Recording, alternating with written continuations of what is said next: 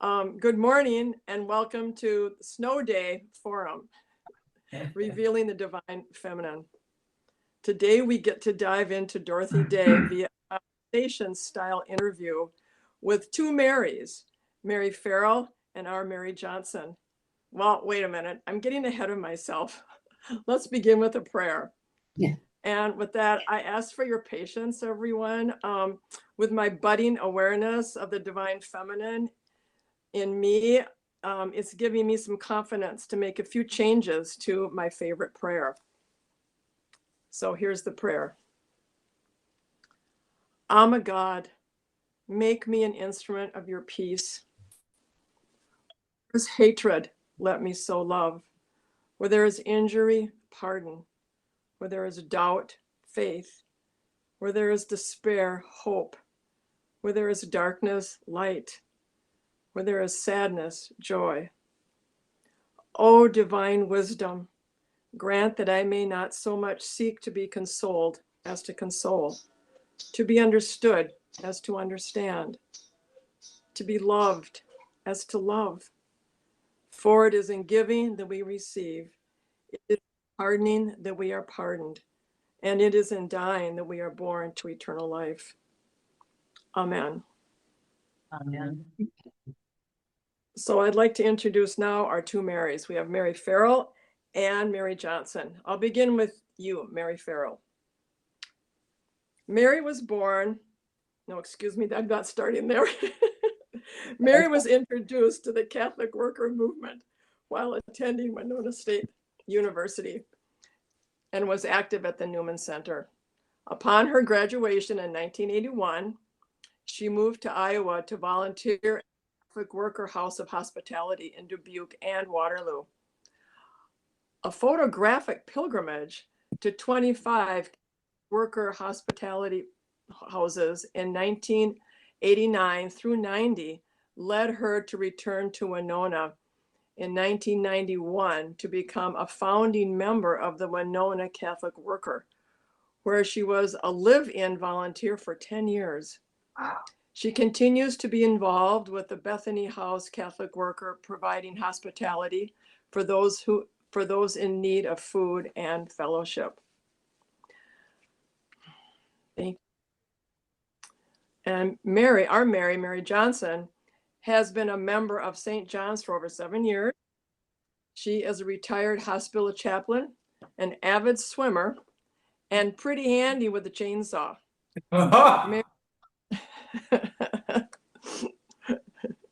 Mary and her partner Lynn live on the river in St. Paul with their agnostic cat Molly. And without further ado, I give you over to Mary Farrell and Mary Johnson and Dorothy Day. Thank you. Thank you, Kathy. And thank you everyone for tuning in. We've got a great group here this morning. I want to add my hearty welcome to Mary Farrell, who comes to us from Winona. Thank goodness for Zoom. Yeah. And before we get into our discussion of the Catholic Worker Movement and Dorothy Day, Mary, we understand that you received an award last night. Congratulations on your decoration. Can you tell us a little bit about that? Sure. So that's why, the original plan, I was going to drive up Saturday, spend the night with my sister, come over to St. John's this morning. But so when I told my husband, Jerome, that I will be coming up on Saturday night, knowing that there was this meeting, but knowing that I could skip it, but he's on the board. So anyway, he came home after a board meeting and he said, you're not going to the Twin Cities on Saturday night. I said, yeah, I am. I'm planning to do that. They said, no, you're not, because you're going to get an award. And the award was, he's on the board and I'm a member of the River Arts Alliance here in Winona. And they give out these annual awards called the Artsy Award. So myself, along with 4 other people, received the Artsy Award last night at this gathering. It was Pie Day, so it was a pie and soup and pie fundraiser for the organization. Wonderful. Jerome, are you there? Can you grab that Artsy Award? I wanted to show them real quick. So it's thank you. There's your artsy.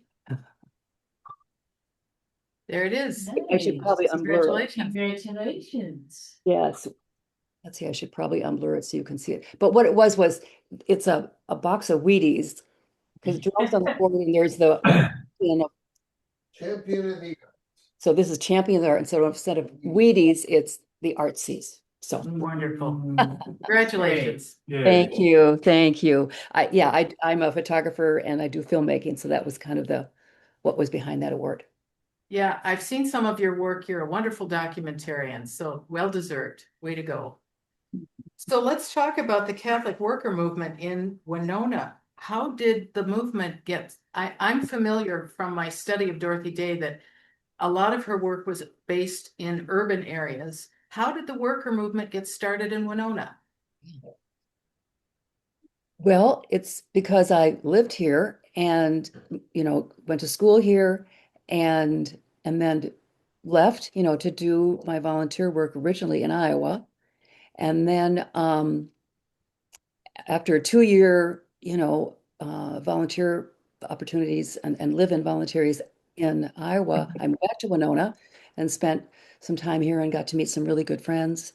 And then when I went on this pilgrimage in 1989 and 1990 to all these Catholic workers, after I was completed with the pilgrimage, I was sort of discerning. This whole year was sort of a discernment to think about where I'm at with the Catholic worker and what it means to me. And I really felt like I was really drawn to it and I wanted to do. But I had these really good friends that were living in Winona, and they were coming upon being empty nesters, and they were looking for something to do more fulfilling in their life. So they said, Mary, if you move back to Winona, we'll help you start a community here, rather than me having to maybe join a community else, one of those 25 that I had visited. So that's the root of it, is that, I was rooted in here for a good number of years and they were rooted in here. And, you can, there's a need pretty much everywhere, I think you could say. So at the time, before we started the Catholic Worker, if you were in need, if you were, without a home or without food and shelter, you would get a night or two in a motel in Winona. And then you were given a bus ticket to somewhere else where they had a shelter, probably Rochester or La Crosse. They had a Salvation Army. Rochester, they had a Catholic Worker. So when we proposed the idea of having a Catholic Worker here, it was very welcomed by the local. It's an organization called the Winona Volunteer Services, and they provide emergency services for people. So that meant that, if they didn't have to provide some of those services, we could do that. And so we gathered, a group of folks that were really interested in the Catholic worker movement and in doing this work. So after my pilgrimage and such, I came back to Winona and lived with my good friends Barbara and Jim Allaire, who are co-founders of the Catholic Worker here in Winona. And then for 9 months, we met and gathered over potlucks and meetings. And I can go more into that, or I can kind of, if you want to move on. But that's how the whole Winona, that's the Winona connection, is my going to school here, my staying here for a while, Barbara and Jim, who moved here and lived here. So, yeah. So I'm curious, there are many different organizations that offer relief and assistance to people in need. Why the Catholic worker movement for you? What drew you to the particular mission of the movement? So I'm a Catholic, and I was attended Winona State, got involved with the Newman Center, which is always the campus Catholic ministry for, state university campuses. So I got very involved in that. And I got to know the chaplain, the priest there, Father Dan Corcoran. And he was a man of simplicity, a man of social justice, and introduced me to Dorothy Day and the Catholic Worker. So um, it was an opportunity. And I also had a friend that took time off of school, lived at the Milwaukee Catholic Worker. She came to one of our, we called them agape gatherings at the Newman Center and talked about her experience. And I was really moved by it. So I think, just my Catholic roots, and kind of became aware of this movement that was really doing something about acting on their faith, acting on the Catholic social teachings. And so I was, wanting to also um, combine my faith with some service. And the Catholic worker movement, just so rich. The more I find out about it, of course, the more I try to live it. And I just really was, and then these two wonderful individuals, Dorothy Day and Peter Moore, um, as lay Catholics, that's the other thing. It was a lay movement. And as a lay person, it was something I could do and be a part of. That's amazing. You made reference to the richness of the Catholic worker movement. Can you just give us some highlights of things that have drawn you in? I would say this whole communal living with those we would call them our guests, and we would live in community there would be a live-in kind of community, core community of volunteers, and then along with our guests. And it was such a wonderful, I think, way of life, an unusual way of life that I think Dorothy introduced and Peter introduced. And, there's the Catholic Church has these wonderful Catholic social teachings. And so I think of course, I'm not going to tell you any of them right now because off the top of my head, I'm kind of blank, but you get it.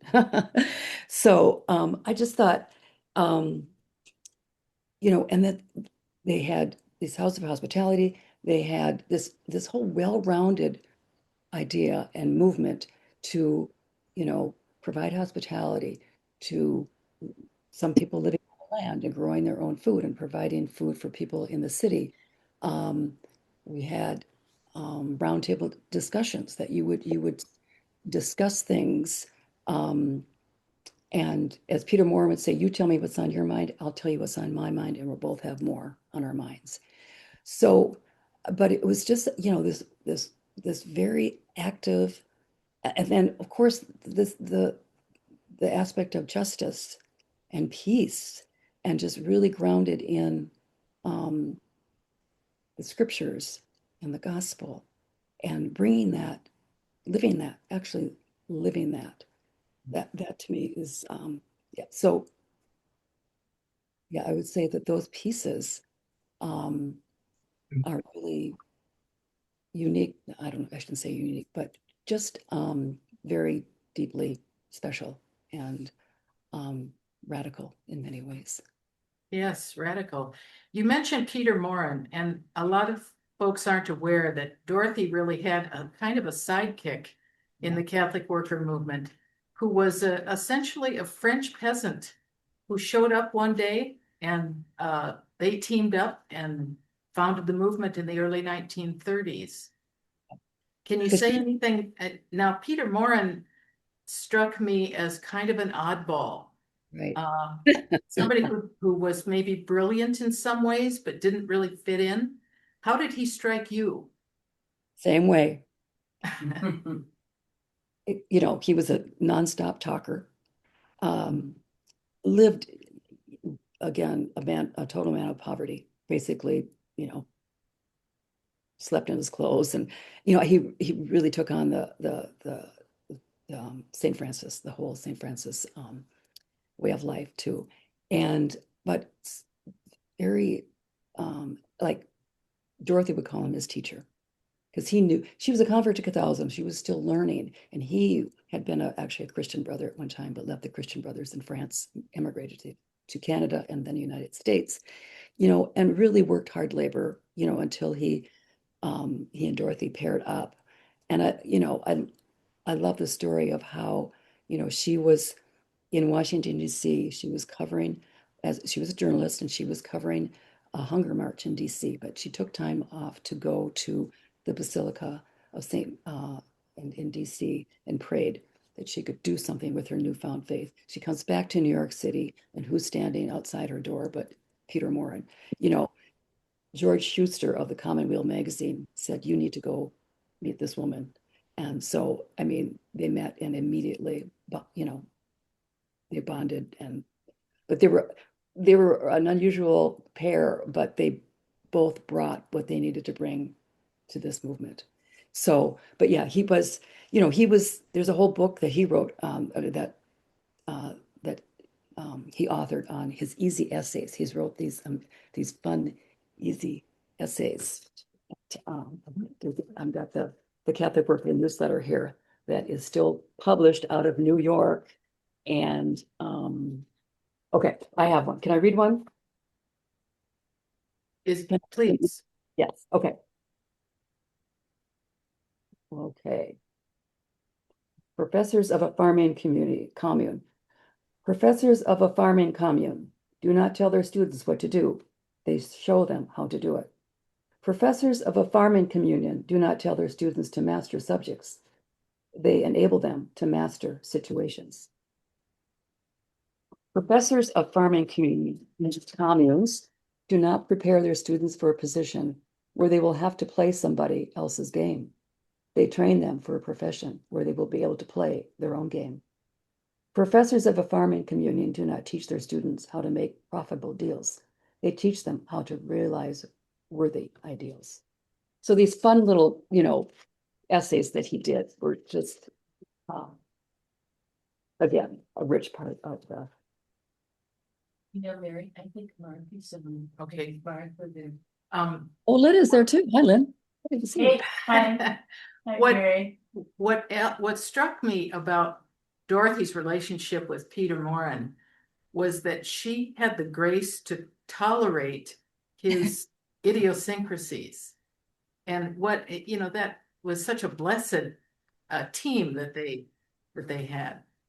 Because she again credits him for founding, because he had all this Catholic knowledge, but she had the practical day-to-day kind of stuff. She knew, Yeah. and she was a journalist in her own, obviously a professional journalist, and he was his own little person that just kind of went off, made these easy essays, but she was more on the practical side. But yes, like you said, it was a total blessing that the two of those two met. Mary, you've told us some wonderful things about the movement. I'm curious about how you have been inspired by Dorothy herself, or Dorothy's example. Can you talk about that? Mhm. I am, we're not supposed to admire people or whatever. I mean, you can, but in this way, she doesn't want to. People don't want to be admired. They want to be, good examples.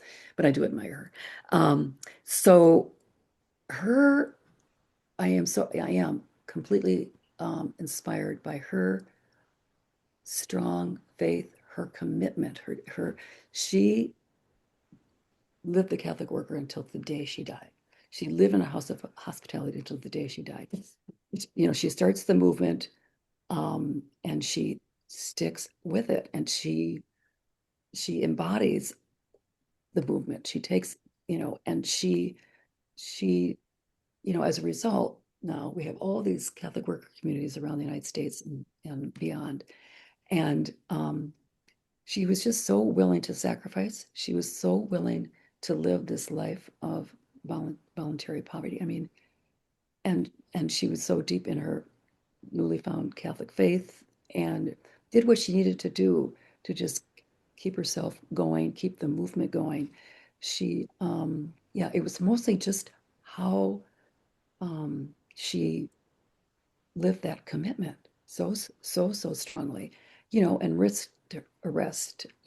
She so deeply believed in Jesus and living out the gospel, and that it just she was just able to withstand the years and years of living this life. I mean, think I think the world of her. I really do, and I think she's a saint. I do. Yeah. You know, that I think we should point out too that there were many times over the course of her time in the movement when they were on the edge of disaster, when they were financially crippled, when the food wasn't there, and she just motored on. Yeah. She just kept on going, believing that the Holy Spirit or someone would come to their aid. She did, yes. And she knew she was a good appealer. She always, always came through. But I would say exactly that's a good point, Mary, because I don't feel like in Winona um we've been comfortable. People have from the day we started till 32 years ago or 33 years ago, we have never been in that position, because I think people in those dense urban areas deal a lot more with more poverty probably and just I know they had bed bugs, they had all, they had to deal with a lot more difficult situations. In Winona we were just people were so generous all the time, and they're still generous. And so I do feel there's that difference certainly between the way she was living and the way we were living here in Winona, because we're a little smaller community, obviously a lot smaller place, and not so urban. But so we certainly were doing what the Catholic worker does. But again, she had it. I mean, they were founded during the Great Depression, so she had that to deal with. But then, and she had to deal with definitely some animosity and some rejection, because they really questioned sometimes her pacifism, you know, her pacifism, steadfast from, the Spanish Civil War through the World War II and Vietnam and so on. Absolutely nonviolent, and that Jesus was definitely opposed to war at all costs. I want to leave time for questions, and we have another person on the Zoom this morning who also has Catholic worker experience. But I want to pose an additional question to you, Mary, based on current events here in the Twin Cities. The question is this: imagine that it was Dorothy who was pushed to the ground by ICE just prior to Alec Pretty's murder. What do you imagine Dorothy would have done? So I have to tell you, I posed that there's a Catholic worker Facebook page. So I posed that question on the Catholic worker Facebook page because I was curious, what other Catholic workers might say about that. And someone said she would have put her body in the way, just as she always did. Let's give me a second here. I mean, I think that, she would have just, let's see, 1 second here. I'll find this one thing.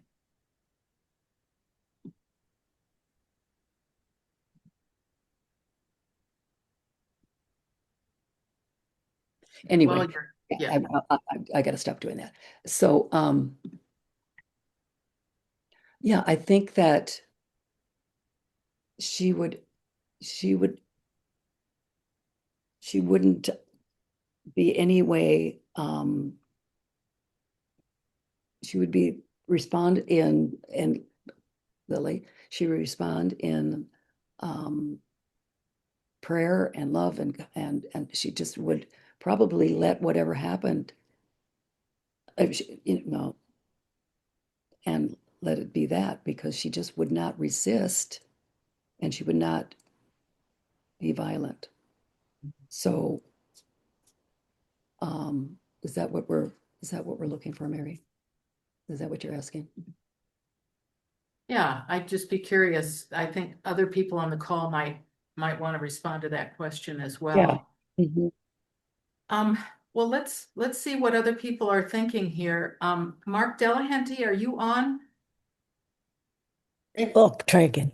This is Mark.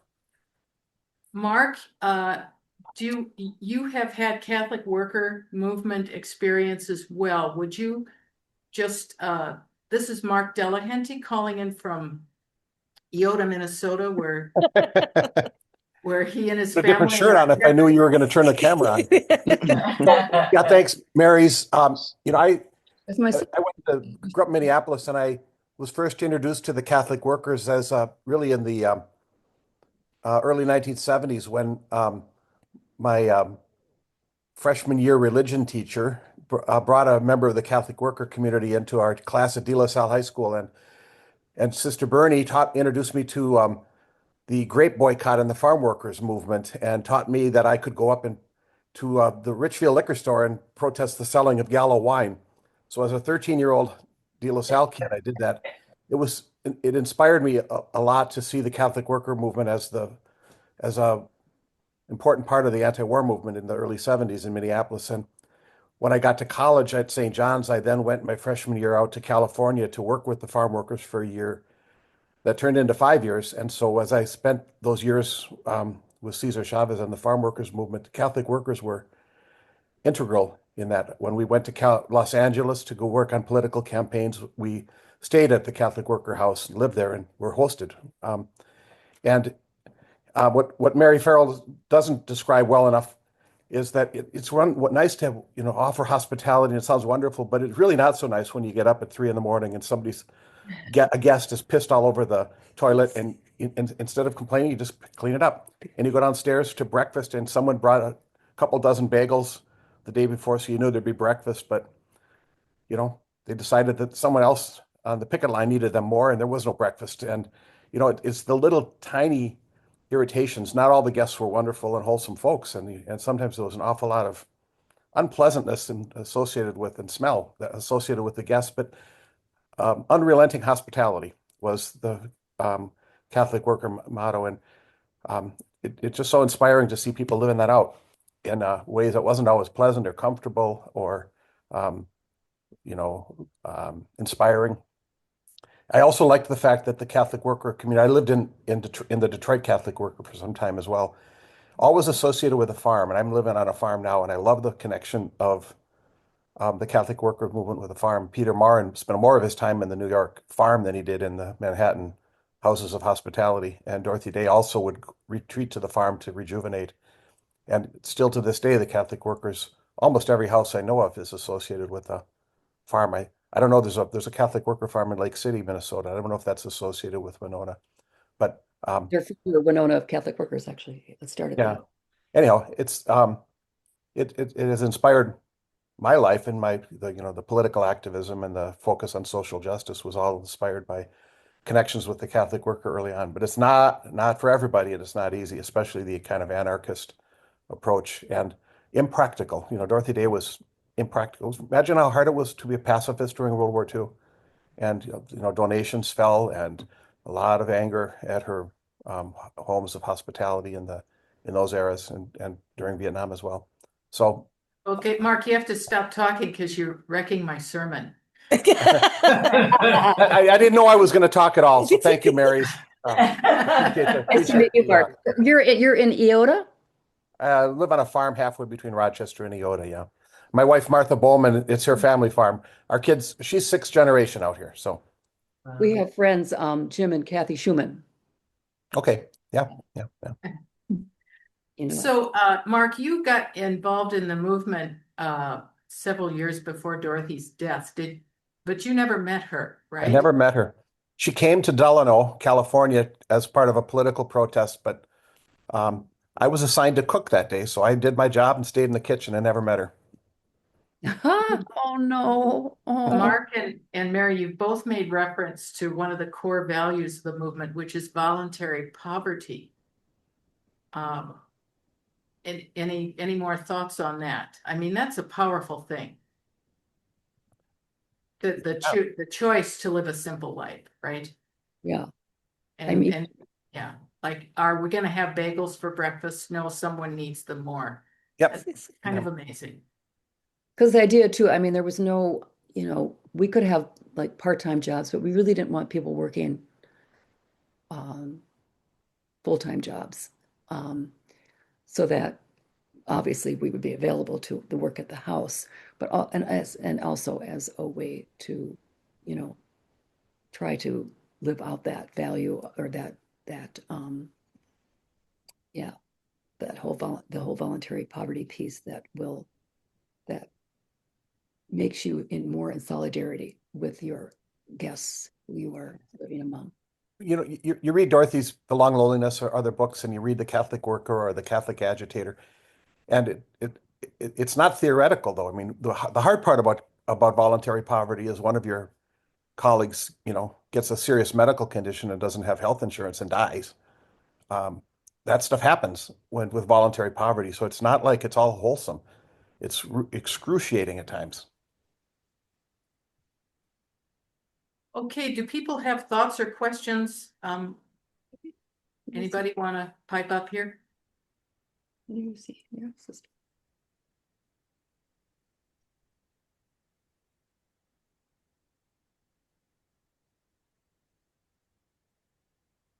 Shy I've got a Episcopalians. question for either Mark or Mary or both. How alive is the Catholic worker movement in the US today and beyond the US? It's extremely active.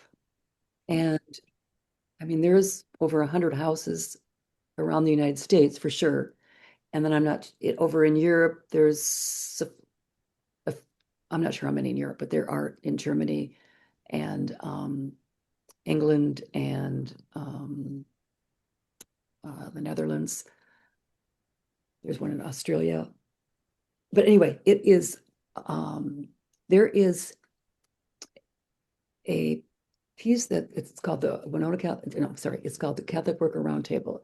And it's a weekly newsletter that comes out to anybody that wants to subscribe to it. And it is robust with all kinds of activities that the Catholic worker is involved in.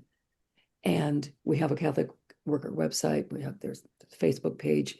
There's gatherings. I go to the Midwest Catholic Worker Gathering every September down in Sugar Creek, Iowa, where we all gather from all over the Midwest.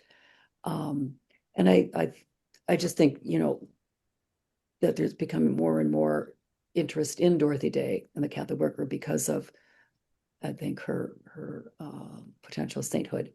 But yeah, in Minnesota alone, we have, I think, 6, 7 communities around the state. So Where are they? Where are they, Mary? well, there was one in Minneapolis called the Rye House. I'm not sure if that's still happening, but Rochester, Lake Duluth, City has a farm. Lake City has a farm. Yeah, Duluth. There used to be one in Moorhead. Mary, what I would say is it's not like they have a constitution and they have to subscribe to saying I want to be a Catholic worker and there's a board of directors. It's not like that. People open up a house of hospitality and model themselves after the Catholic worker, and so they call themselves that, and no one's going to say yes or no. But there are thousands of places that are inspired by the Catholic worker. I have dear friends that opened a community-supported agricultural farm. They bought 80 acres in Wisconsin, and they had 220 members in their CSA. They've never called themselves Catholic worker, but they are a farm of hospitality. Anyone who wanted to show up was welcome. They donate and still donate a lot of their food to folks. And they don't call themselves a Catholic worker community, but that was the source of their inspiration to open a farm and to be a place of generosity. So all throughout the United States, there are places, peace houses and farms and guest houses and whatever, places where people are just offering hospitality because they've seen the model, and it's a good way to live. Mhm. Is everybody in the Catholic worker movement Catholic? The joke is, they're not, so Catholic workers aren't Catholic and they don't work. That's the joke. So it's a mix. Yeah, there are those of us who are are Catholic, and there are many who are not, but are people of goodwill, of course. And there is this, principle of anarchy, Christian anarchy, and Dorothy was very much of that mindset that there wasn't going to be a hierarchy there, and there wasn't going to be a lot of. I mean, we have our aims and purposes, but there was never any central organization. I mean, you would call New York the mother house, I guess, but mostly you were on your own. You were all your own independent house of hospitality, so yeah, there's a mix. There's a mix of Catholics, non-Catholics, anarchists, yeah, yeah, Do that you are all. talk about the stance, if you will, on immigration for Dorothy and the Catholic worker? Because Dorothy became a Catholic because she thought the Catholic Church was a church of the poor and the immigrant. So all along, that has been very significant. And in fact, right as of this week, a good friend of mine, Anne, you might remember me talking about my friend Bai, and he and their Vietnamese. They came here 33 years ago, and they lived with us at the Catholic Worker. Bai just passed away last week, and we will be hosting her funeral coming this week.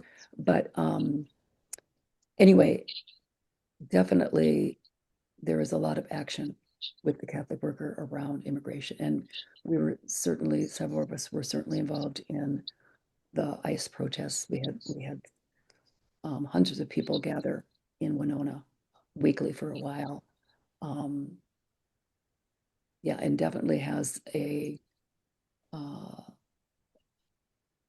service to the immigrant, and definitely are, yeah, of helping those who are immigrants and advocating for them. Mm-hmm. This is Betsy. You mentioned Christian anarchy. What do you mean by that?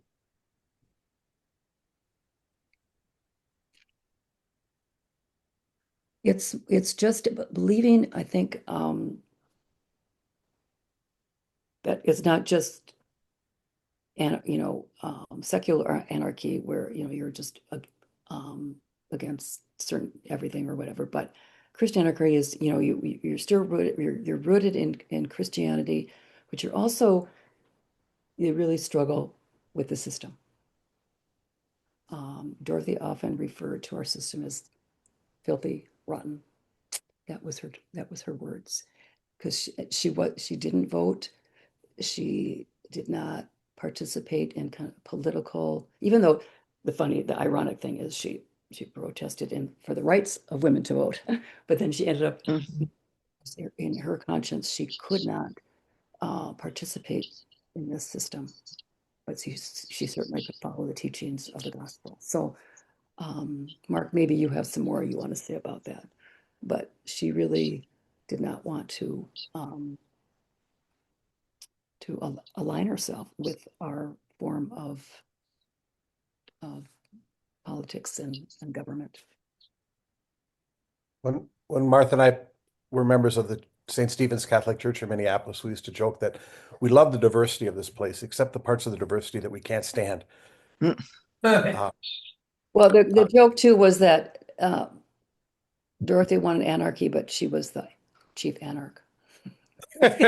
Chief what? Anarch. Anarch. The Los Angeles Catholic Worker published a newsletter called the Catholic Agitator that I got for decades, and you'd read it and you'd be inspired, and then you'd just be irritated. They were really active in the anti-nuclear stuff, and they were a center for a lot of the protests that would occur. People chaining themselves to fences or pouring blood on nuclear warheads and things like that, and it got impractical. A lot of impractical things, and yet it's inspiring, but at the same time sometimes it would just irritate you. Why don't you become more effective? And they weren't necessarily at least in Los Angeles, Jeff Dietrich and Catherine Morris, they weren't interested in being effective. They were just wanted to be authentic, and sometimes that drove me nuts. Yeah, I knew a woman who was a Rochester Franciscan sister who was convicted of a crime for pounding on a nuclear warhead with a hammer. And when it came time for her to be incarcerated, the judge asked her if he could find her own way to the prison in Texas. So she said no. If you want, you'll have to take me there yourself. Yeah. Any other questions or comments? Here, I'm going to read this to you because I did print this out the other day. It says anarchism. We ourselves have never hesitated to use the word. Some prefer personalism, but Peter Morin came to me with Kropotkin in one pocket and St. Francis in the other. So anyway, that's what. Yeah, that squares with so much of what was in The Long Loneliness about her journey of conversion, that she was looking for roots, looking for a rootedness for her activism that she didn't have, and that she sought. Yeah, I mean, because before she became a Catholic and was involved with the founder of the Catholic worker movement and such, she was certainly involved in more socialist kinds of activities. And so when she became a Catholic, she was sort of looking back and thinking, those are the folks that really were doing something. So that's why when she became a Catholic, she wanted to be doing what they were doing, but as a Catholic and not as someone who wasn't. Not as just an anarchist, in other words. Yeah. I would commend the artwork for those of you who will be coming to St. John's at some point after the snow is shoveled. The paintings that have been popping up each week for our series on the Divine Feminine now include Dorothy Day, and the artist has rendered her as a young woman with a very square jaw and a very determined look on her face. It's really an excellent representation of this person. So when you come to the sanctuary, come back by the columbarium and take a look at what the artist has done for Dorothy. Who's the artist? Chris Saunders. Chris Saunders is the artist. She's a member of our parish. Oh, really? Oh, okay. We can take a photo of that and send it to you, Mary. Yeah. It's Yeah. wonderful. Our children, youth and family effort got a grant called Imaging and Imagining in an effort to bring more children into our worship. And they partnered that with our Divine Feminine series to make paintings of the 5 holy women who are being depicted. Goodness. Okay. Any other thoughts? Any closing thoughts? We will have a Eucharistic liturgy beginning at 10 on the YouTube channel this morning. Thank you, Mary Farrell. Thank you, Mark, and all who signed in. Yes, you're And welcome. Rob Thank you. Coleman. I'm looking forward to your sermon, Mary. Likewise. Thank you. Thank you. All right, everybody. Blessings. Stay safe Hi and to my warm. sister. Hi to my sister, Anne. Well, hi, Mary. Let me just say, I guess in closing, Mary is one of the most admired women in my life. And she is such an example of what it is to live the life of simplicity, but caring for all these people that she has over all these years. It's amazing. And Anne has been very supportive of us at the Catholic Worker, and I appreciate that very much. Thank you, both Farrells, and thank you, Mark and Martha, and everyone who's attended today. This has been rich and wonderful.